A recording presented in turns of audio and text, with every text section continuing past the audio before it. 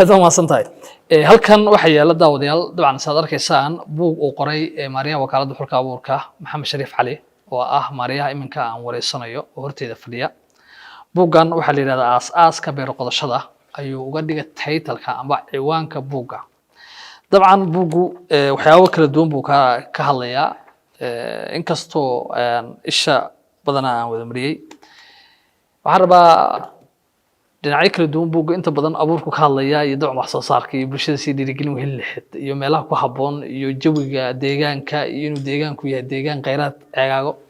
waxaan rabaa maxay ahayd sababta ku dhaleysnaa buuggan qorto markuu ugu horeysa taas rabana ogaado aad baad umahadsantahay waxaan ku idhaahdaa inkastoo marar horena aan hataa barnaamijyo horena ay jireen oo ka hadlay haddana wixii khayra lagama dhergo inuu iska socdaa waa iska maxuma horta waxay igu dhaliyay runtii markii aan waxbarasho ku jiray ilaa iyo maanta beer un baan ag taagnahay intii kasii horeysay aan waxbarashada gelinayn miyiga reer baadiyaha aan ahaa reer miyiga ahaana beer baan ka shaqayn jiray iyo xoolo oo noloshaydii hore halkaasay kasoo dhex bilaabatay marka waxaa igu dhaliyey waxaan arkay buugaag yaryar oo afaf kale ku qorqoran oo beeraley loo diyaariyey oo qaarkood af xabashi ku qoran yihiin af amxaarig qaar af oromo ku qoran yihiin oo yaryar oo dalagyada oo beeraleyda hagaysa oo la leeyahay halkan mar sidan yeelkan saan ku rid abuurka intaa hoos u geli intaa kor uga qaad intaa isu jirsi tilmaamo bixinaya ayaan arkay marka waxaan arkay qolo meeshan oo iyagu weli hawshaas ay ku aan xaggeeda aad loogu dhaqaaqin oo dadkeena af Soomaaliya ku hadla marka waxaan sidii wixii aad maaragtay bal dayntii lagugu lahaa wax ka mid ah isku day inaad wax ka celiso dadkan iyo dadkiisa iyo dhulkiisa ayaa na soo barbaariyey waxbarashadaas intaan ku jirnay beeraha baranaynay waxaan ku dhahaa wax kala qabanaynay ilaa iyo hadda dadkii un baan kusii dul noolla ama aan kusii dhex noolla marka bal inaad wax ka mida daynta ina bulshada u bidhaameysa ayaa ku dhalay beeraleyda ahayd eed la noolayd eed la shaqaynaysay ee shaqadooda aad ku maaragtay ku dhex jirtay wuxuun bal inay kaa aad u kordhiso ayaa horta markii horeysa fikirkaas isoo galay fikirka markuu isoo galay waan iska bilaabay marar badan baa marka iska bal aan haddana kolba joojiyaa oo markii u horreysay waxaan u malaynayaa hataa aan bismillaahidii u horreeyay aan bilaabay waqti dhow maaha sidinii bal fikirkaas isoo galay ma dhoweyn kombiyuutaradan iyo alaabooyinka xataa saa uma sii jirin marar aan meeshii la odhan jiray serbi usoo shaqayn jiray hore oo waxoogaa ka yar shaqeeyey mashruucii serbi ayaan riboodyo yaryaroo dee markaan field u baxnay iyo gobolka nogob la odhan jiray fiiq la odhan jiray oo hadda nogob iyo erer isu u kala qaybsamay ayaan degmooyinkiisa inta badan soo marnay annagoo rabnay inaan kasoo aasaasno marka warbixin aan markaas qaybta beeraha ayaan anu ku wajahnaa xubin kale oo shaqaaleheenii kamid ahaa wuxuu soo fiirinayay gobolkaas dabcan xilligaa isaga serbi wax ma gaadhin bay ahayd marka inaan soo sahamino kadibna aan bal sidii wax looga qaban lahaa ee dadka loogu tegi lahaa marka qaybta beeraha anu ka socday qaybta dhirta iyo kaymaha oo xubin kale ka socday daaqa jeexjeexyada dhulka iyo biyaha oo nin kale ka socday ilaa 5 baan ahayn iyo nin kale oo qaybtan war maartay sidiinoo kale xagga kamaradaha iyo warbaahinta iyo waxaan sidii loo maartay marka waqti badan bay ku qaadatay ha runtii xilligaas soo bilaabatay marka markay soo bilaabatay xilligaas ayaan mowduucan isleeyahay hadda kadib aad buug ka samaysid ribood yar baan u bixiyay magacii waxaan u bixiyay riboodkii warbixintii dal barwaaqo iyo dadka baahan markaan arkay meel la yiraahdo Garesley oo dhuxun u dhow oo inta islaha weligeed iyo allaheed meeshan beer kama suuroobiso oo istisina ku taalo markaan arkay hadaamuuse meel la yiraahdo oo dhuxunka u dhow oo ay ku taalo wax la yiraahdo digir markaan garbo arkay maxaa la yiraahdaa aloosana oo dhuxun fiiq u dhow dhulka markaan soo maray haddana gobolada badan baan waagaas marmaray waa tusaale yar oo macnaheedu meelahan markaa ka filaynin ayaan u socdaa laakiin dhulka qaar maaragtay waaba laga filayay markaa waxaan u bixiyey qaybtii warbixintayda dal barwaaqo iyo dadka baahan marka xilligaasi soo bilaabatay xilligaasi bilaabatay ay waxaan rajaynayaa marka insha Allah buug Marka waqti intee le'eg bay kuu qaadatay? magacaale inaan soo saari doono oo hagaag waqti intee leeg bay ku qaadatay marka imise waan dhigdhigi jiray waan iska yar wadwadi jiray laakiin sida rasmiga waxaan isleeyahay uun 2 sano u dambeeyey uun baa rasmiya baan isleeyahay waxa kale waxay iska ahayd hindise iyo kolba in yar qor oo qalinka ku qoro meel yar dhig bay ahayd wagaag inkastoo aanu waqti ku soo koobi karin oo aan ogahay in wax badan ay buugga uu ka hadlayo saan arkay dabcan de taariikh badan aad hayso aad maaragtay sheeg wax badan aad ogtahay bara jaamacadeed aad tahay nin muddo ku soo dhex jiray qabiil aad ku tahay waxyaabahan aad ku tahay ogahay haddana waxaan rabaa inaan ogaado waqtigan uu hayo waxyaabaha aad u cuskatay buugga waxaan ku soo gaabinayaa sidaad maaragtay aan u dareemayo xagga waqtiga iyo horta shan cutub 6 cutub ka kooban yahay cutubka koowaad wuxuu ka hadlayaa khayraadka deegaanka biyo iyo barwaaqada taalla iyo dal barwaaqo iyo dadka baahan taasoo urursan ayuu ka hadlayaa cutubka koowaad cutubkiisa labaadna wuxuu ka hadlayaa beer iyo bini aadamka waxay isu yihiin waxa ka dhaxeeya maxay isu yihiin maxay isu taraan maxay isu kordhiyaan kaasna intaas ka hadlaya saddex sababtoo cunto ha noqoto cabitaan ha noqoto hooyga ha noqoto huga ha noqoto mara suufa koor suufaan soo xidhanaya ama soo iibsan suufkaas waa maxay waa geed soo ma geed suuf la yidhaahdaa jira marka kaasina waa mid oo wuxuu ka hadlayaa ka saddexaadna wuxuu ka hadlayaa jidka loo maro in beer la qodo laga bilaabo dhulkee ku habboon ilaa iyo wixii ka sii dambeeya beer inaad qoto wadadaad u mari lahayd ayuu ka hadlayaa ka shanaad afraad maxaa la yidhahdaa afraad waa shan chapter 5 cutub ka afraad wuxuu ka hadlayaa dalagyada aan marka dhaweyd sheegaynay ee deegaankeena laga qoto ee ugu muhiimsan oo si faahfaahsan mid walba gaarkiisa loogu soo dhigay galley haruur bariis qamadi digiraha sisinta lowska saas oo kale qaybta u dambaysa oo cutubka shanaad oo gunaanadka aan wuxuu ka hadlayaa mustaqbalka beeraha sida ay u socoto ama ay tahay inay noqoto oo ah in laga faa'iideysto waxyaabaha hadda ka hor aan laga faa'iideysan jirin ilayska cadceedda in looga faa'iideysto beeraha oo dee adigan arkay hadda solarkan waxa la yidhaahday iyo mishiinadii inta laga maarmo shidaalka ku baxayay in qoraxdii waraabinta looga faa'iideysto guryahan protectedka waxa la yidhaahdo khudaarta iyo waxyaabahan cash crops-ka lacagta badan laga heli karo in loo dhiso wax dabayshii iyo wax walba laga xukumi karo oo laga xakameyn karo la ilaalin karo fertilizerka waxyaabahan bacrinaha iyo ka faa'iideysigooda ka ilaalinta cudurrada iyo dhibaatooyinka waxyaalada u geysta marka mustaqbalka beeraha oo ilaa 6 qodob aan u malay inuu yahay oo waaweyn ayuu kusoo gabagabaysmayaa marka si guud arrimahaas uga hadlaya inta badan kaga hadlaysa deegaanka Soomaalida markaan ka hadlayno waa dhul lowlan ah oo dhul aad u fisan wiiyaal baa mara oo dhowr wiibi baa marta buugaagan dabcan waa ku jirtaa qoraal qayb ka mid ah qoraalada saakaarkiyay mara in shamariyay meelaha qaar meelaha ku habboon ayaad ka hadlaysay abuurka ku habboon wax soo saarka beeraha inkastoo uu beero u wada badan yahay saa sheegtay haddana meelaha qaar inay ku habboon yahay sheegtay goobaha aad is leedahay wax soo saarka dhinaca wax soo saarka aad bay ugu wanaagsan yihiin waa goobaha horta beer waxaan idhaahnaa waxay u baahan tahay cimiladaasi waa 2 qaybood cimilo dhulka ka sarreysa iyo cimilo dhulka ka hooseysa cimilada dhulka ka sarreysa cimilada dhulka ka hooseysa waa ciidii oo geedka qaybtiisa hoose ku taagan cimilada dhulka sarreysana waa heer kulka iyo maxaa la yiraahdaa roobka biyaha roobka korka ka soo daa iyo hawada iyo dabaylaha iyo waxaan la xiriira beer haddii ay biyana hesho carrana meesha ay leedahay beertu way ku fiicanta markii taa laga tago waxa la isku hayaa keliya waxa weeyaan teeba biyo badan oo keliya weeyaan waxa meesha yaalla hagee biyuhu jiraan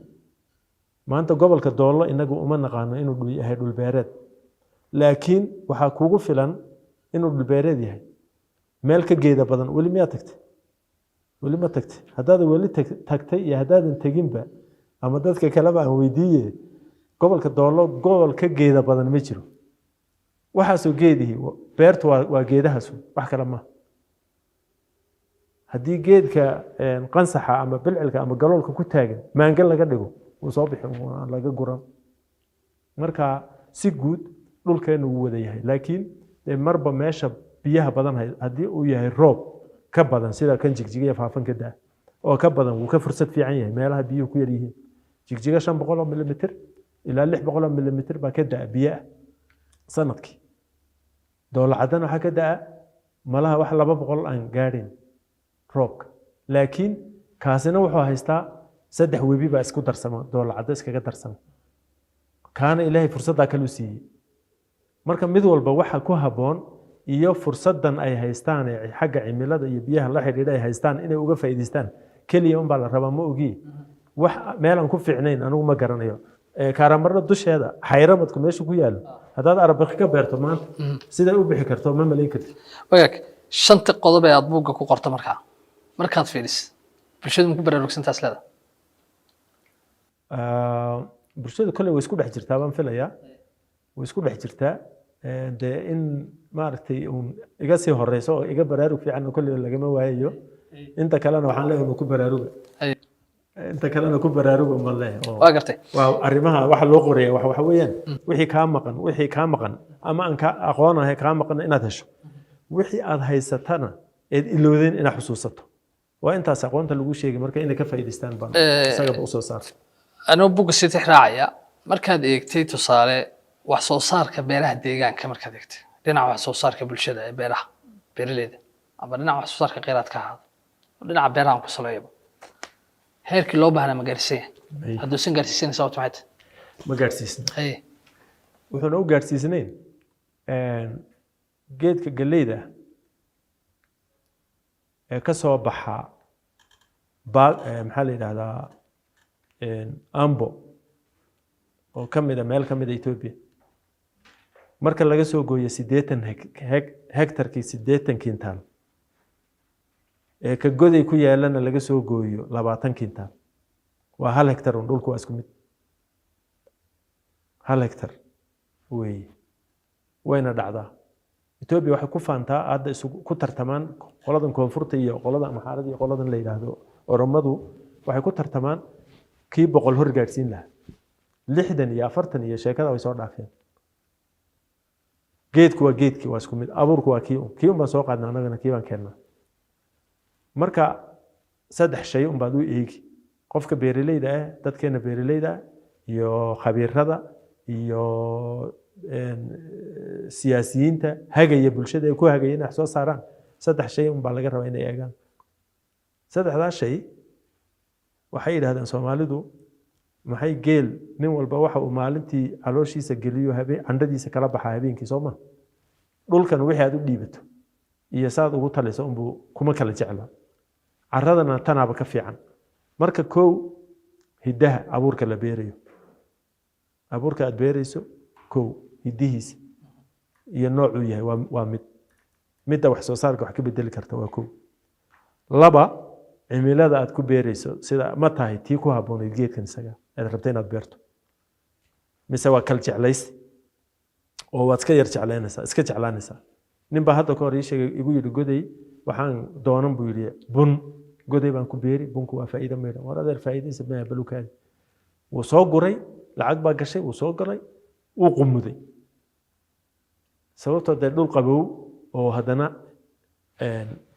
joogiisu sareeyo ayaa cimiladiisa haboon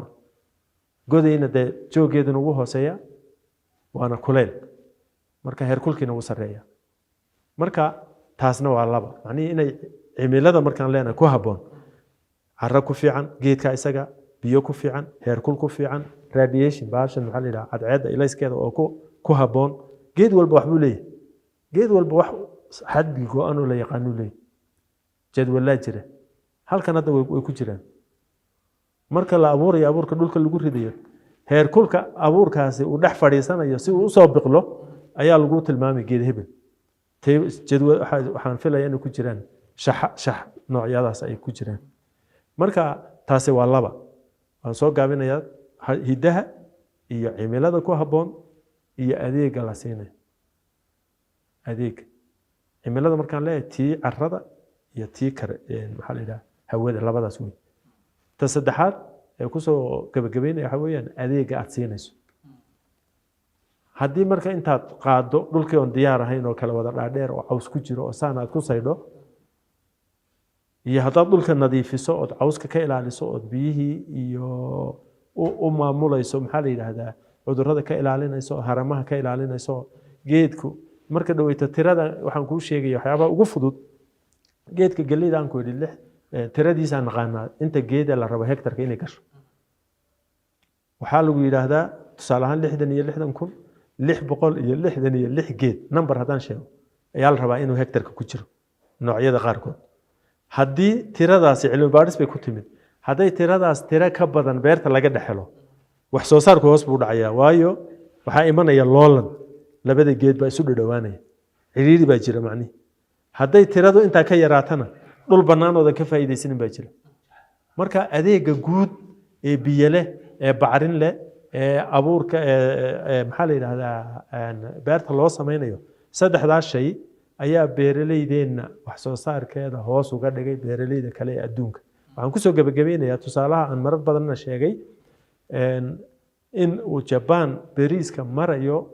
uu soo u gaadhay 149 kintaal halka hektar laga soo saaro hal hektar Ethiopiana hektarka bariiska Ethiopiana dhihina godeedeeda lafteeda anaga cilmi baadhis ahaan kuwa aan sameynaynay 45 baa u badnaa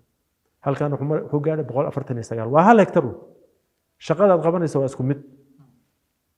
maxay mana harsado dameer mana harsado habartina ma hariyo ma maqli jirtay qayl ama dameerka yarka de markay dhaanka la dhaamiyo hooyadii dameerka yar qaylka yarka wuu raacaa laakiin tusaale dhulku sidii loogu talagalay maadaama aysan gaarsiisnayn caqabad baa ku leejirta caqabadaasi waxa weeye mid cilmi ah baa ka mid ah mid cilmi ayaa ka mid ah waxaan rajaynaynaa kan oo kale in lagu daweeyo iyo kuwa kale rag kale wadaan in lagu daweeyo haddii cilmiga xaggiisa loo haddii laakiin ay noqoto maxaa la taas waa mid waa xagga cilmiga laba waxa weeye in cilmigii lagu dhaqmo beeraleydeenu inta ay taqaano kuma dhaqanto waxay noogu mahmaahi jireen oo mahmaaha beeraleyda aan ka hayno waxa ka mid ahaa inay yidhaahdaan beertaada waa inaad ku aragtaa jiifka macnaheedu waxa weeyaan waa inaad dhex joogto mar walba soo ma haddaad jiifka ku arki weydana fadhiga ku arag markaad fadhiisato beerta wataa xoolihii iyo wixii iyo shimbirtii wax walba arkaysa haddaad arki weydo fadhiga taagni ku arag taagnida haddaad ku weydo arki weydo beertaada adigu ma lihid beertaas macni maaha beeraleyda ka mid tahay macni waxa weeyaan inaad dhex joogto ood gacanta kula jirto ood ka shaqayso ood qashinka ka qaado ood wax walba ka ilaaliso ood ka xunay jiran aragto macni shaqo joogto ah oo lagu dhex jiray u baahan tahay taana waa cilmi ay yaqaaniin in loo baahan yahay laakiin tuuladii iyo makhaayaddeena meeshan yaalaan mobilna ku soo kordhay weliba beeraleyda marka xadaaradda dunida ka jirta waa saameyn ku yeelatay saameyn waxay kaga yeelatay intii aan iyaga dani ugu jirin dunidu waa tan ku leeyahay 149 bay soo saareen waa duni beeraley ah kaa kama qaadanaya wuxuu ka qaadan xagga baashaalka ku qaatay intii baashaalka tusaale waxaan rabaa example deegaanka kale example marka la yiraahdo dhanka waxyaabaha sida qudaarta kale example soo qaato baradhada kale iyo tomaatiga kale waxyaabaha la midka ah iyo noocyo kale la mid ah deegaanka meelay ka baxaan way jirtaa laakiin waxaa laga yaabaa in inta badan ay ka yimaadaan deegaanka Oromia ma bulshada deegaankan ku baraarugsanayeen inay soo saaraan mise dabcan cimilada aan fursaddan u siinin inay soo saaraan deegaanka horta waxyaabaha qaarkood waxyaabo kale iska yar hore man baad arkaysaa mararka qaarkood ee TV-ga iyo waan ka aragnay iyadoo dad cabanayaan oo yiraahdo xataa intaan soo saaray maartay yaanyadii ama baashii tamaandhadii aan u suuq weynay xagga dushaana laga yimid oo kuwa kale noo yimid horta waxa la rabaa waxaad soo saarayso adiga laftaadu mar walba inaad loolanka suuqa madaxa ku hayso suuqu wuu iska furan yahay suuqu wuu furan yahay adigana waxaa la rabaa inaad ka kale meelaha kale tartan ka gasho waa la rabaa marka dad soo saara way jiraan laakiin waxaa jira in wax walba jadwal loo sameeyo ku fiican yahay oo dhinaca anu waxaan isleeyahay qayb ka mid ah dhinaca aqoonta qayb ka mid ah weeyaan aqoonta sababtoo ah waxaa inta badan dadkeena waxaad ku arkay hadda maanta waxaa la odhan suuq baa jira markaasuu maanta abuur raadsan uu beeri marka 6 bilood kadib ama 5 bilood kadib suuqa maanta yaalla miyuu yaalla mise ma yaallo marka in xilliyada ku habboon laftooda xagga khudaarta kale iyo waxyaabahan lagu saleeyo waxaa laga yaabaa basashii inay hal mar la wada beero gebi ahaan dadkii hal mar soo wada saaraan suuqii uu ku filaan waayo oo suuq xumo ku dhacdo berri ka maalin haddana laga wada baxo suuqii oo la yidhahdo war wax waan ku khasaarnay marka in lafteeda maaragtay qaab looga wada tashado oo xafiiska beeraha iyo xafiisyada beeraha deegaanka laakiin tusaale baradhada kaleeto deegaanka ka baxda baradhada inta badan maadaama inkastoo ay tahay dalagyada dhulka qabowga ah inkastoo ay tahay haddana waxaan xusuusanahay mar aanu tijaabooyin ku samaynay kuwana ku sheegaya kuleylka u adkaysta hot tolerance varieties oo baradhada lafteeda jaamacadda Harmaayo aan mar kasoo qaadno ku tijaabino marka dhulkeena laftiisa qaybada iska qabow uu leeyahay oo hadda markii la eego gobolka faafan qaybtiisa sare oo kale qabri bayax waxaan ka soo ah iyo gobolka liibaan qaybo ka mid ah waa laga soo saari karaa cilmi baadhis ahaanna markii la arko waxyaabahan kolleyba u baahan xagga cilmi ahaan inaynu xoogga saarana waa ka mid oo kolley qolyaha cilmi baadhista oo kale inay xoogga ku hayaan ay xoogga saaraan maalmo dhoweydna meelaha ay tahay inaynu wejiga saarno sektorka beeruhu aan kulan ka samaynay isugu kan yeedhay wasiirka beeraha Dr. Cabdiqaadir ayaa jiray in aan isla eegno oo cilmi baadhista waxa ka shaqeeya xoogga saar la yiraahdo marka waxyaabaha noocaas oo kale laftooda noocyada dhulka kulul oo adkaysta in la soo raadiyo waa muhiim baradhadu laakiin inta badan dadkeen waxay la qabsadeen inay xagga dhulka qabowga ah tahay marka sidaas ay korka inta badan uga timaado aad ba maasan tahay dabcan inkastoo waqti badan aynu qaadatay aan ogahay inaa wax badan taariikh badan aad hayso waqti saacad iyo wax lamid ah ama 2 saac wax lamid ah aysan ku soo koobi karin xigmadda aan arkay in buuggan ay ku jirto iyo dabcan waqtiyadii aad gelisay waqtigu ii saamaxayna waxaan rabaa inaan su-aasha ugu dambaysan fursadda ugu dambaysan ku siiyo sanad baa dhamaaday sanadna wuu soo socdaa maxaa idin qorshaysan sanadkan inaad qabataan qorsheyn muxuu noqon karaa aad baad mahadsan tahay waa adduunyadu waa wax tegay iyo wax joogay iyo wax soo socda runtii marka waxaan soo socda mar baan hadalka ku yar daray oo markii aan ku lahaa sanad walba abuurka horta annaga waxaa nalaga bulshadeenu ay nagu xisaabinayso dowladu nagu xisaabinayso waa wax la xidhiidha dabcan ammaanada ay dee noo dhiibtaan kolba inaan kaga shaqayno oo ah xagga abuurka hay-adahan faraha badan ee dowladda la sameeyeyna in ay isdhamaystiraan isdhameeyaan isbuuxiyaan oo mid walba qaybteeda markay ka soo baxdo ummaddii ay maaragtay dhinac walba ay ka hesho marka annaga qaybta dabcan nagaga aadan waa qaybta la xidhiidha soo saarka abuurka marka sidaan markii u sheegay inaan sanad walba sanadka ka dambeeya sii badino kana sii badino intii in ka badan ayaa noo qorshaysan xiriirka iskaashatooyinka aan samaynayna sanadadii hore waxaan maraynay 34 ayaan maraynay sanadkanna 65 ayaan maraynaa waa laga yaabaa maalmaha soo socda inaanu xilliga dayrta gaar ahaan markii la gaadho webiyada xilliga dayrta soo socota xilliyada wax la qotaa waa guga iyo dayrta iyo karanta saddexdaas weeye marka dayrta soo socota goboladaas inaan wax ku sii darro waa suuragal oo gaar ahaan dalagyada sisinta iyo digiraha oo dhulka ku fiican inaan ku sii darriyo galleyda waa suuragal anagoo eegayna kolba duruufaha dhaqaalaha iyo waxaas la xidhiidha anagoo eegayna marka inaanu mar walba tallaabo hore u qaadno xagga soo saaridda abuurka tayeysan gaarsiintiisa bulshada dhinaca kale bulshada wax u kordhintooda tusaale yar haddaan ku siiyo maadaama ay tahay fursaddii ugu dambeysay 20,000 kintaal lacagta xamaalka keliya dadka xamaalka ee shaqa abuur xamaal ka helay 600 kun bay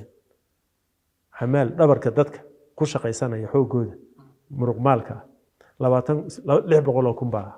yaa ku baxday oo gashay dhinaca kale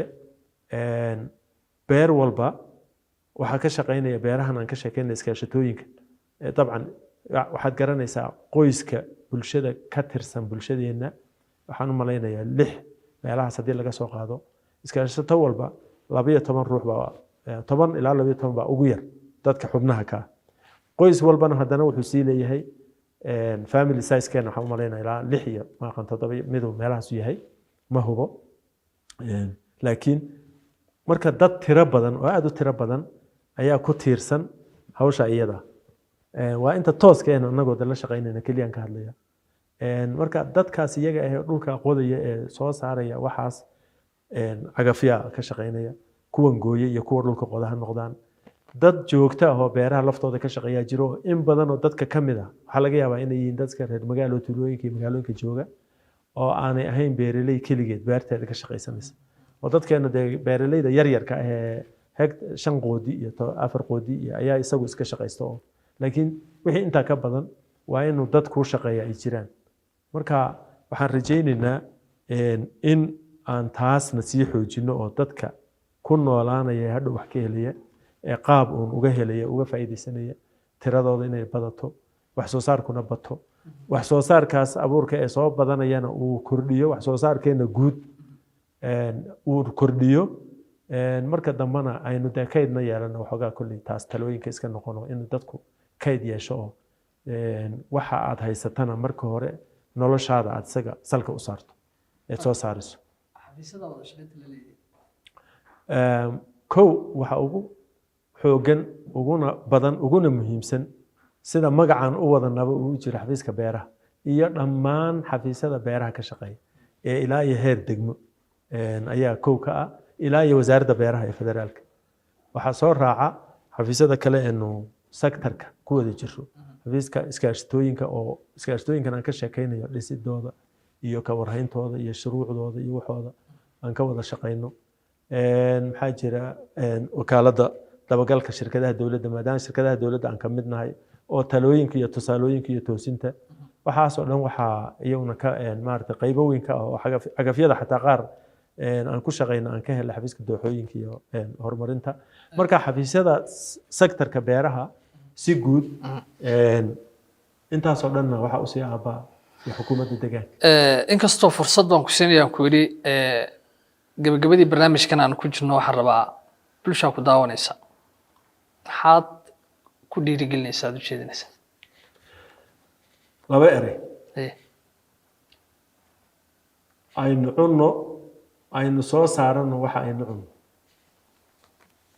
oo aan cunno waxa aan soo saarano great waxaan filayaa in badan oo dabcan daawanaya inay si toos ah ay fariintaasi u maqlayaan uguna socdaan aadna u fahmeen aad baan kaga mahadcelinayaa maxamed shariif cali maariyaha wakaaladda xulka abuurka oo iga ogolaaday in uu barnaamijka arrimaha bulshada oo marti igu noqdo inkastoo aan idinka raaligelinayo waqtigana ii saamixi waayey inaan waxyaabo intaan ka badan aanu dabcan isweydiino haddii aan tusaale buugga usoo qaato wax badan ka hadlaya waxyaabo badan oo laga yaabo in bulshadu ay tabayso ay tahay inay ogaadaan inuu haddana waqtigu inoo saamixi waayo ambaba aan fursad aan ilaaway oo laga yaabo waxaad weydiin lahayd inaan weydiin laakiin waxaa soo isku dayi doonaa haddii ilaa wadin oo ogolaado in aan barnaamij intaan ka bilaarna idiin qabano oo dabcan hortiina soo fadhiisano si aad waxaad tabaysaan aad u weydiisaan haddii ilaa wadin noo ogolaado waan kaga mahadcelinayaa waqtiga qaali ay hortay inaad barnaamijka ka qaadato daawadayaal waa ilka casoo barnaamijka idiin soo saaray isla markaasna idinla socodsiinaya dhinaca muuqaalkan quruxda badan waxaan u mahadcelinayaa axmed xasan iyo shaafic cusmaan oo gacan iga siiyey dhammaanteen isku duuban daawadayaal waxaanu idinkaga tegaynaa intaan barnaamijka mid lamid aan ku kulmi doono sidaas iyo kuleeto dambe u xiiso leh